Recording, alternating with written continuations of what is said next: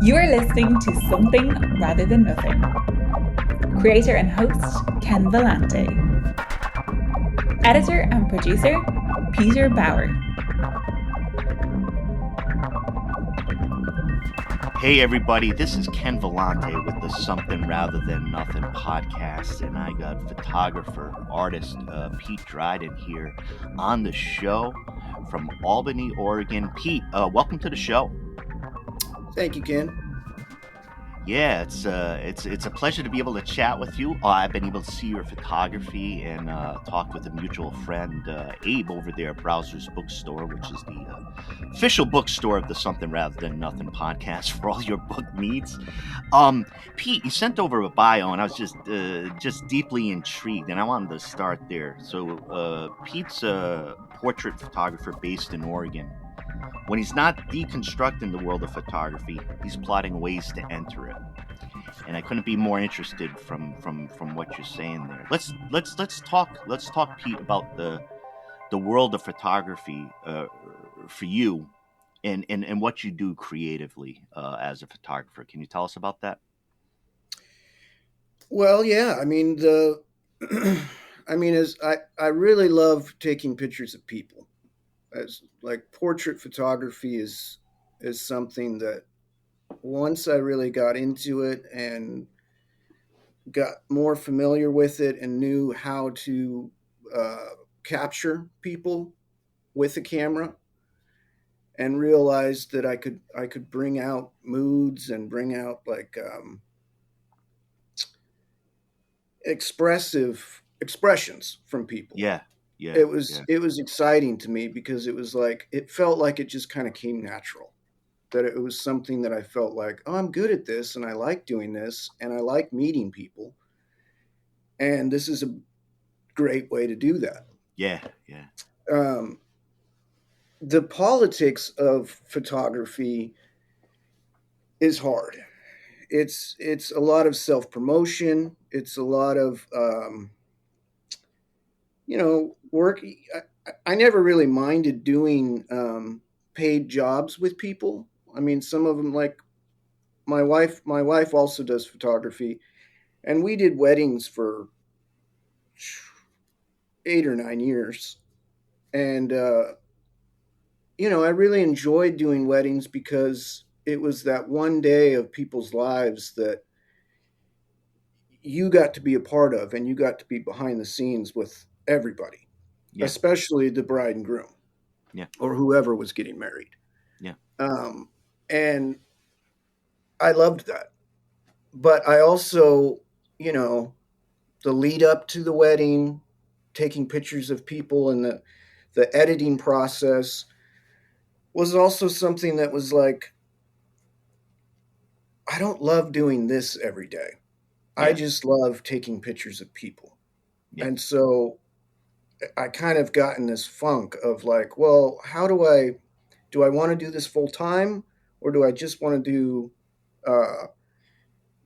work with people I know or I'm familiar with, or people I want to meet and take pictures of them, which that's what I ended up choosing, because my daytime job is a cabinet maker. So my Monday through Friday, that's what I'm doing full time. And photography is something that, it's a hobby, but it's also something that's just in my blood to do. Yeah. And so I guess I'm kind of getting off track, but the idea of deconstructing photography it's kind of a love-hate relationship, because especially now when everybody's kind of a photographer. And when I get on social media and I see how photographers are gaining, followers and attention, it turns me off, because I feel kind of like I don't want to do that. I don't want to get in that rat race of always trying to get new people, new followers, new attention. I want to find a space where I can just take pictures of people and craft my skill better, but do it on my own time, and enjoy it, and um, and try to find a way to represent me through my photography, um, that doesn't represent something that's trendy or ungenuine, I guess. Yeah, yeah. If that does that kind of answer your question? Yeah, and I think there's a lot there, and by deconstructing is, I really connect to, the idea of like going into it, and the what is wrong or what needs correction, in what you do. About photography itself. I had a conversation just like recently with Charles Mulford. He's a sculptor, and Hmm. really just dropped back into photography again. It's been a theme of the show. I've had Seamus Murphy, who's the photographer for my favorite musical artist, Polly Jean Harvey, and a lot of different photographers. And I love going into that and into those worlds. I wanted to ask you something because, and it's one of the big questions. But thinking about it in terms of photography, I wanted to ask you what art is, and the context. I'm not going to speak too much, but the context of it is, history of photography when it first comes up. Um, the idea is that painters will disappear, right? Because painting a lot of time was that, what other way can you depict or record reality? It was part of the job of a painter, right? And Yeah.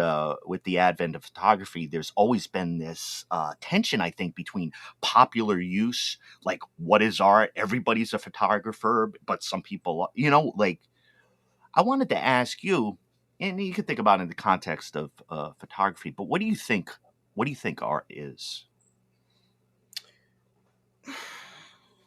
I mean, my initial response is that art is, not to be cliche, but it is in the eye of the beholder. I think. I think that art is an expression and an illustration of what it is to be human, what it is to be alive. It's a reflection of the artist, and I think that art is also made to be shared. It's made to be viewed. And Yeah, so art, photography is kind of a simple one because everyone has a camera, and a lot of people are on social media, and so they can share these pictures. And I feel like the best photographers, they really bring out a lot of emotion in their pictures. And yeah, I think yeah, that that's always inspired me of like, how do they do that? There's a yeah, lot of yeah, technical things. There's lighting and, film over digital or things like that, but it's also something that is a well-crafted uh, exercise that people are doing. And I think that all art forms, it's the same formula. It's people finding something that they're really passionate about, or they're really interested in, or they're curious about, and pretty much obsessing over it until it yeah, becomes, yeah, yeah, it's second nature. It's how they see it. And then in the process of getting better at something, you kind of open up new areas in your head to look at that art in a new way, which then makes you realize like, oh, there's no end to, you don't just become a great photographer and that's it.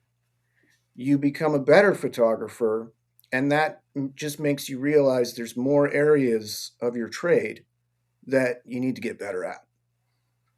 And that's a challenge that I feel like as a photographer, it's like, well, that's inspiring. Like I really like that yeah, idea that yeah, you don't just get that way and then it's done. It's just a continuation of like I got to keep building, because now when I look at pictures that I've taken 10 years ago, I'm like, there's there's always something that's like that's distracting because if I was to do it now, I wouldn't do it that way. Yeah. Um, but I think that a lot of artists would say the same thing. If they're a musician, they probably hear things that they did 20 years ago and they're like, oof, I don't play the guitar like that anymore. Yeah. It Yeah. just Yeah. sounds rough and I don't like it. Yeah. But I didn't know what I liked and what I didn't like, except for the fact that I kept doing it and I kept failing and trying new things and experimenting. And that turned into another channel for them to express themselves through. And I feel like art is a good example for that. Is it's a channel for expression and it's a channel for um, representing who you are as a person and what how you see the world and how the world makes you feel. Um, and I love that about art. I just think art's cool. I didn't really think of myself as an artist until I was, probably in my mid 20s, where I kind of started thinking I like to dabble in a lot of different arts. I like painting, I like drawing, and, in cabinetry, you learn how to do an art form because you're learning how to build things out of wood. And I like that. I like photography. Um, but what I really started like fixating on was like I don't want to just be known as a photographer. I want to build a life where it's like I'm an artist. It's what I do. And yeah, and I take pride in that. And so I don't want just one title. I want many titles. And as much as I, kind of went off on the idea of perfecting your art by just doing it day in and day out, you can do that in so many different areas of art. And I feel like it just it expands your awareness of the world. And to for some people, I'm sure it works really well just to focus in on one art form, and they do really well at it. And I've thought about that, but that's also why I deconstruct photography and the photography world because it's like I can't keep up with that. I just, you know what I mean? So it makes it hard to like I want to stay in it. I want to keep doing it. I just, you know, the when I first got into photography, there was a photographer that I really admired. His name is Robert Hamilton. He's in Portland. Um, and I was talking to him, and he had already been established, and I was, kind of trying to learn what I could from him because he was established in Portland. And so, being in Albany, it was kind of like, well, I mean, that feels like the direction I need to go. And he had said, like, well, what I've seen is that every up and coming photographer has their moment and they get attention because they're bringing something new to it. And all photography has kind of a trend of how the editing process works with its tones, its shadows, um, its lighting, and so don't jump ahead is what he was saying. Don't try to find what's popular just to make a name for yourself. Just do what you do. And now that I'm talking about other photographers, there was another photographer, a friend of mine. His name is Luke Olson, and he's also based in Portland. And he really had a large, and he left a big impression on me of just doing what he wanted to do, regardless of how much attention he was going to get. And he's always done that. He's just always been a photographer that, he has a vision that's very unique. And his editing and his gear is very specific on how he wants to represent his art. And I just always admired that. And then when I looked to other popular, or trendy photographers of the time, then it was kind of like, well, they're popular, they're getting a lot of attention, but I don't feel like they're expanding all of their capabilities and they're honing in their unique voice or vision. They're just doing what the public wants to see, Yeah. if that makes sense. Yeah, I think I find that too. Like,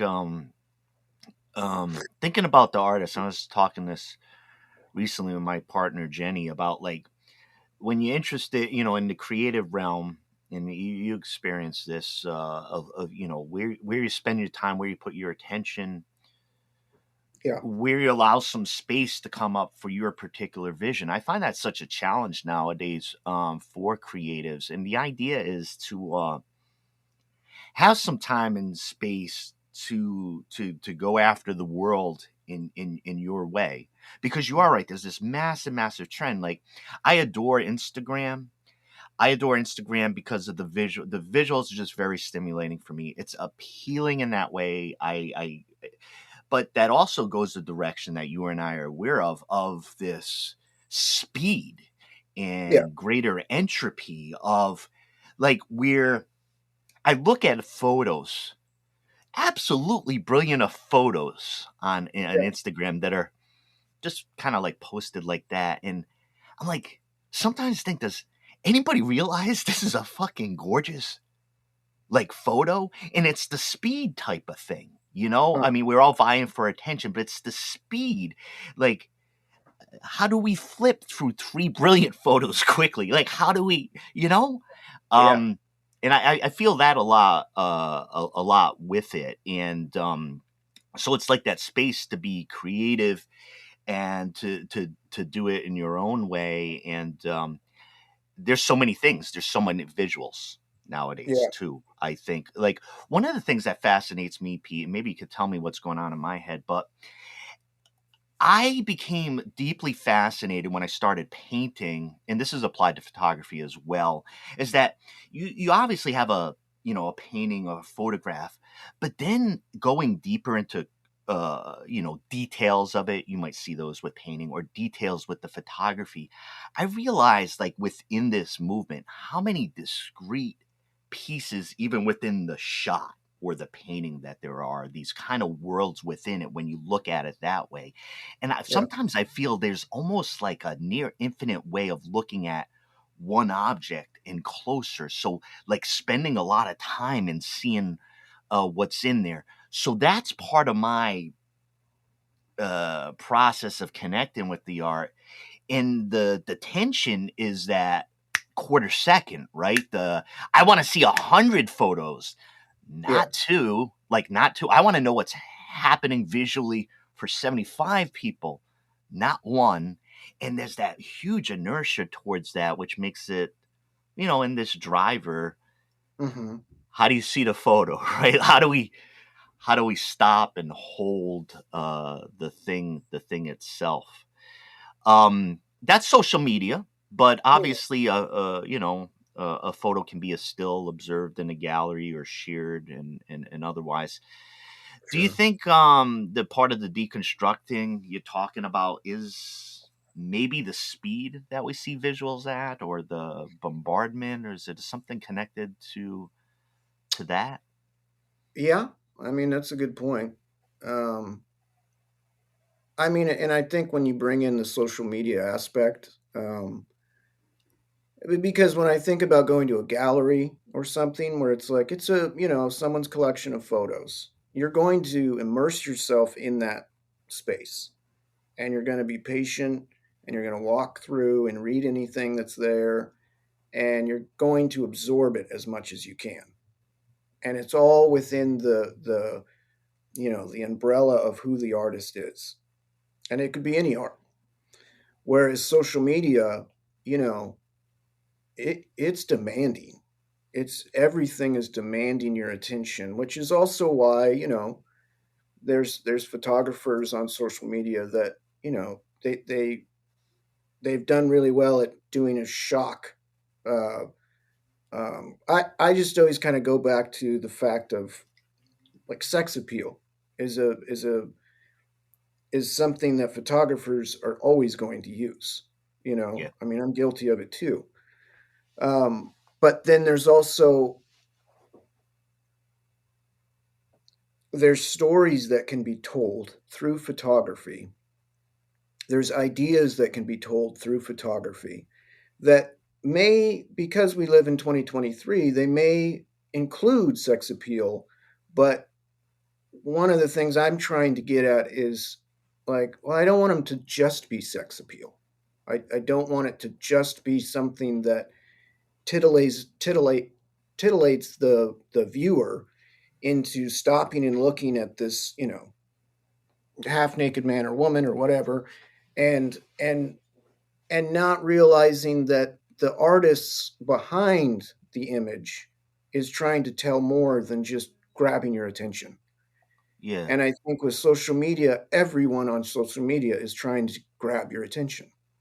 And so Yeah. there's a lot of really, amazing artists that aren't getting any, you know, I mean, they get their share of attention, but and I feel like it, that's an important thing to consider is that when you're in that world of social media and you're trying to find content that's inspiring, to not just you know fall prey to the clickbait, which I feel like social media engines are just notorious for.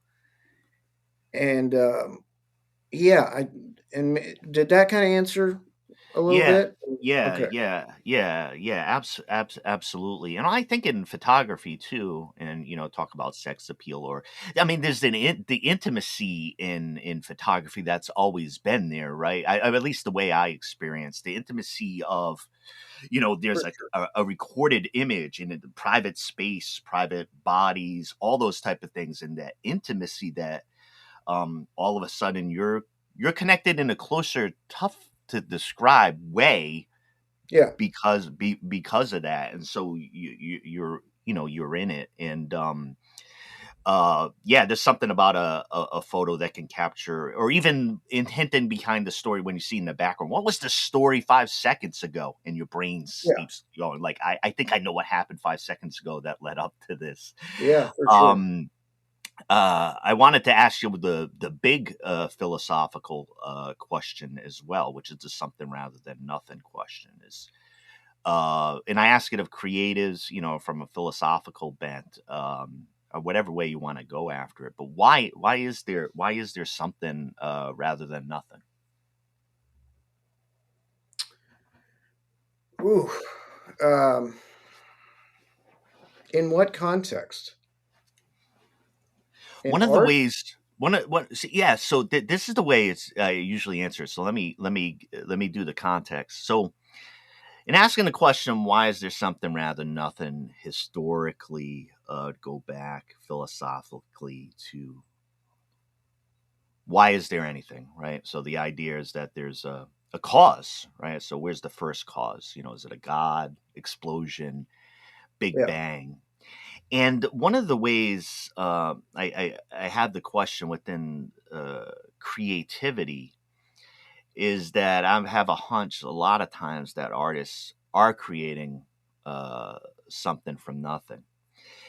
Um, so one of the things is why why do we exist in this way? The other Sure. counterpoint where I've answered, just to give you the context, is what is the meaning of something and nothing? When I say nothing, when I'm answering this question, because it flipped back on me, I view the nothing in a Buddhist type of context where it doesn't mean that there's no thing. It's kind of that the thing is devoid of an inherent existence, that there's no there behind it, that there's phenomena, but there's no underneath. So in the context of the creative as an approach too, you can even go after it as do you create something from nothing? Hmm. I'm not sure. I'm not sure that it's. I mean, it kind of makes me go back to that idea of, as an artist, you create something that is a representation of you, and so it didn't come from nothing. It came from your the life you've lived, the experiences you've experienced, the people you've met, the ideas that people have put in your heads, or the ideas that you've come up with on your own. But those ideas came up from somewhere, and they developed over time so that you could articulate them, sometimes just to yourself, so that they made sense. Yeah, yeah, But that is, I guess that would be a short answer to the question, is that I think that um, that nothing is created in the art world from nothing. I think that it's all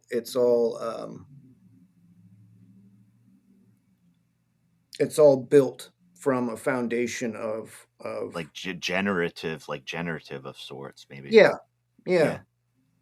Yeah, yeah, yeah.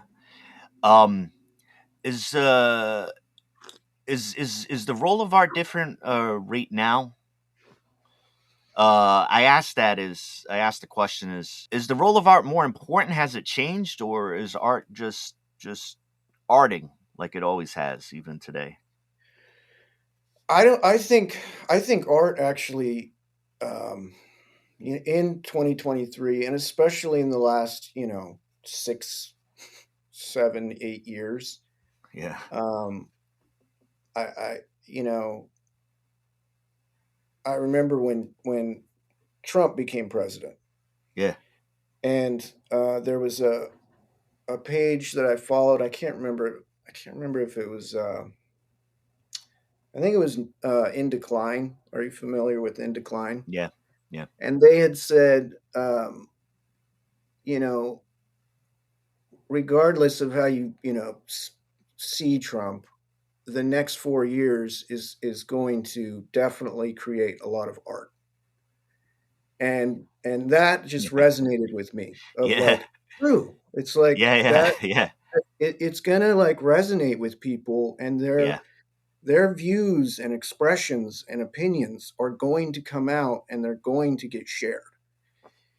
And I feel like ever since then, I've kind of looked at art in that way of like, it's not that it's, your role as an artist to, uh, share your views on what the world is, but I think that art will always have a space for that with people, whether it's in, Russia, or it's in China, or it's in the US. Art just always reflects what life is doing to people. yeah, And so I think now more so than ever, because we have access to so much art all day long, we can just go down all these rabbit holes of like, well, let's see what this art's going to do and what it says and how it expresses itself. yeah, And so yeah, and it's kind of fun to me. It's like kind of exciting to think that, okay, that's that is never going to go away. That is always going to be here, and that's always, that's going to be a consistency in our lifetime that is always going to continue to inspire more people. yeah, yeah. It's interesting. I really like the were you talking about the article and the art over the next few years going back. Yeah, To 2016. And I think for me, I think about it in the context is like I can't think of, like, when it comes to politics and everything culturally, a more artless time, right? Like yeah, it is it's tough to find places where there's no fucking art, but yeah, like in that way it was, art almost was a word that wanted to be squashed out, and or the ideas. So the yeah. counter to that, I really connected with that point of being like, all right, well, the artist is certainly gonna have something to say. Yeah, Like, and they're just I going to get mean, louder. Yeah, Yeah, and particularly in artless times, because I would suspect in general that the hunger goes deeper yeah. for the people wanting, and that's one of the things I found, just like when I've looked at societies that have tried to deeply regulate art or have art serve like larger purposes. Like I understand the context of like within the Soviet Union and China of like the idea of what, that there's been all this bourgeois art, right, and there needs to be art from the people. Like like I'm down with that idea, and I believe that there's a lot to that.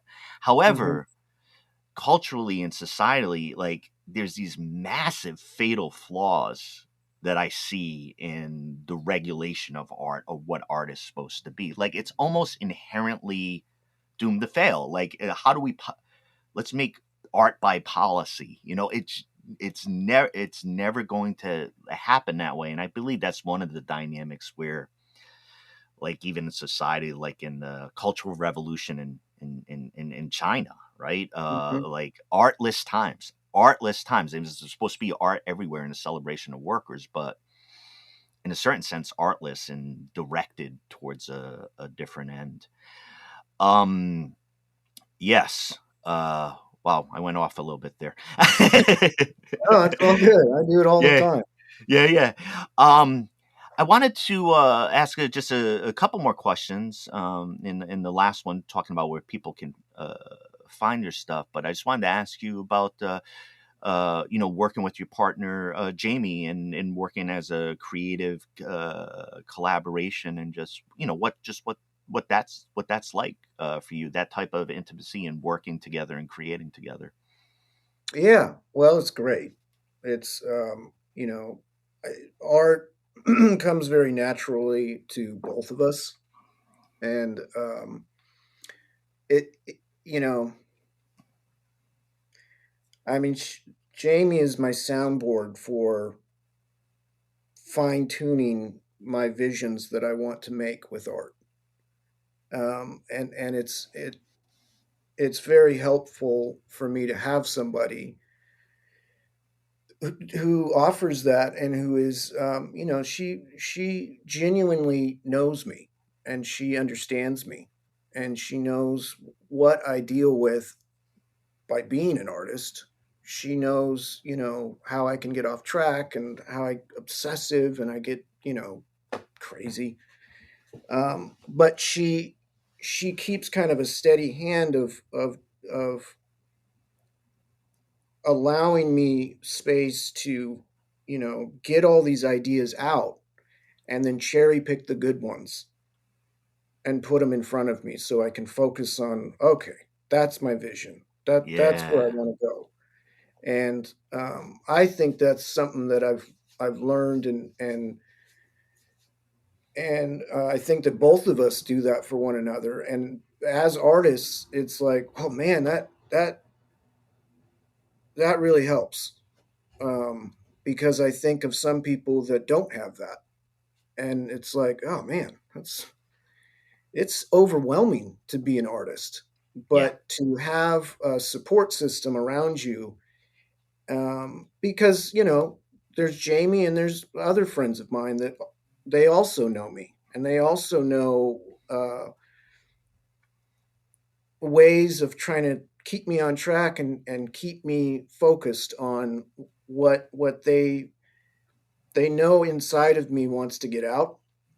yeah, um, and I think that, you know that's just important for me. I don't know if maybe it doesn't matter for other artists, and maybe that's just me, but sharing something that's art with, for Jamie and I, that's something that we never get tired of, and it's something yeah, that we both really like, yeah, and it's something that we can both encourage and share with each other, um, which we spend a lot of time together, and it's something that we can always explore together, and that's fun. So I yeah. really enjoy that. Yeah, I love that. My partner Jenny and I kind of think in art terms and try to live in art terms, and Yeah, it's a powerful connection.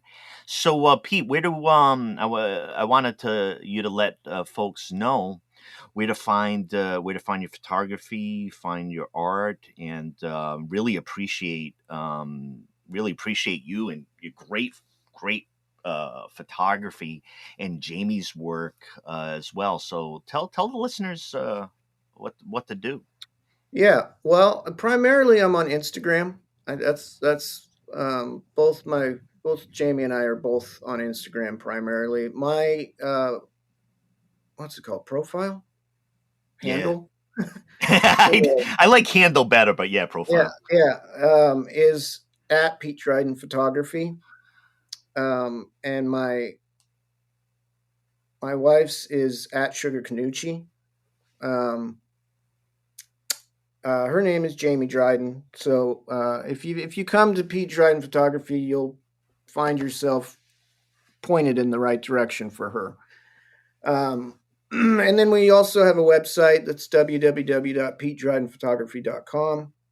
And I also use Facebook, and so that would just be Pete Dryden.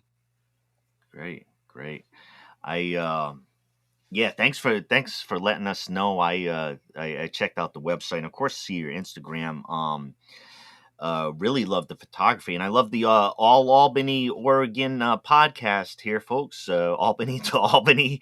Yeah, It's great to chat with you, and a lot of connection here in the arts organizing in the town, and just bringing out the artists from everywhere. But really love the connection, and it's like I think about it in terms of organizing with Abe Richmond over with Browser's Book, that fantastic bookstore. We talk arts all the yeah. time, and he shares y- you know your stuff, Pete, and then we just kind of keep going with talking about art, because I don't know. It's a great pleasure to talk about it, and it's a great pleasure to talk to you. So I really appreciate it, Pete. Well, thank you, Ken. I appreciate you have this podcast. It was fun and it was a pleasure to be on it. And yeah, I want to plug Abe too because I'm going to go to the bookstore after we finish this interview. Yeah, let's So talk about Abe for a minute or two. Let's yeah, finish this one talking about Abe. Talk about Abe, and I'll talk about Abe. well, Abe is the him and his wife Tiara. They're the owners of Browser's Bookstore in Albany, and I love Abe. I love Tierra. I love both of them. I love that they're owners of a local bookstore, and they offer us so much space for people who love literature, who for people who love to learn, Yeah. for people that just like to talk about books.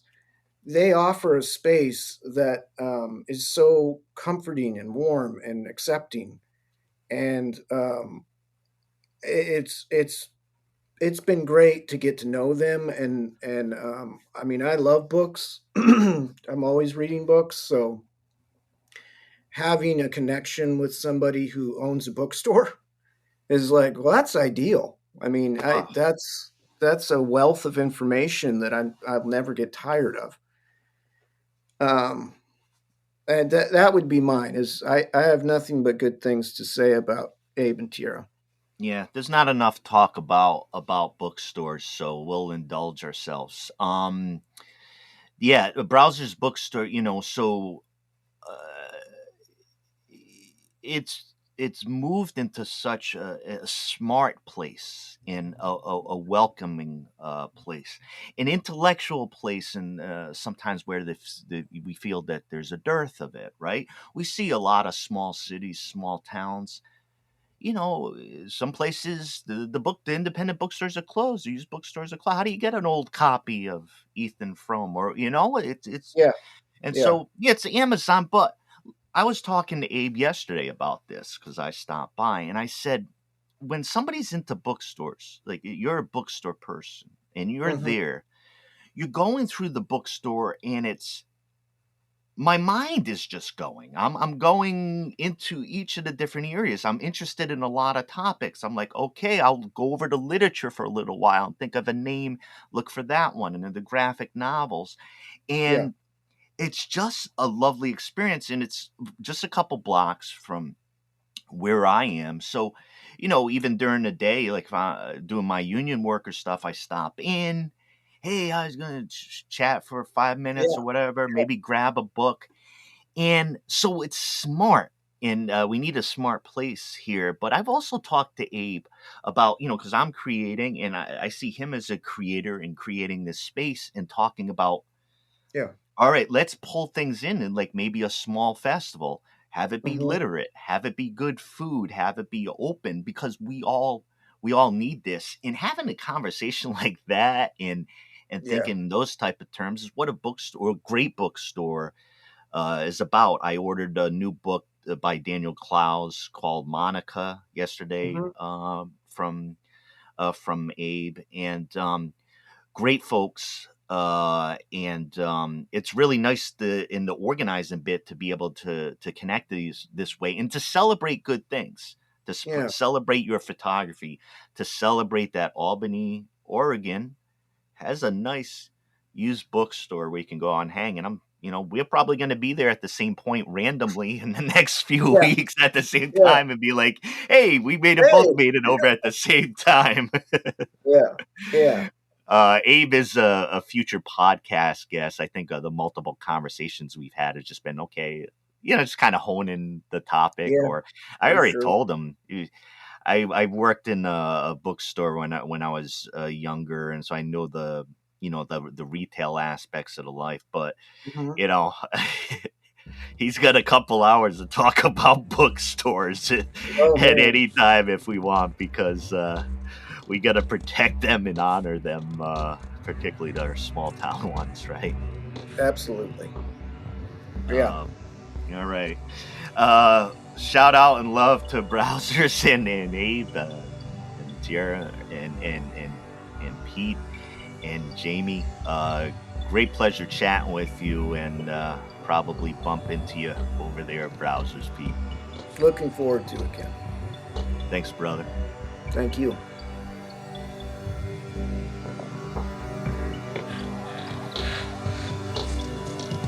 This is Something Rather Than Nothing,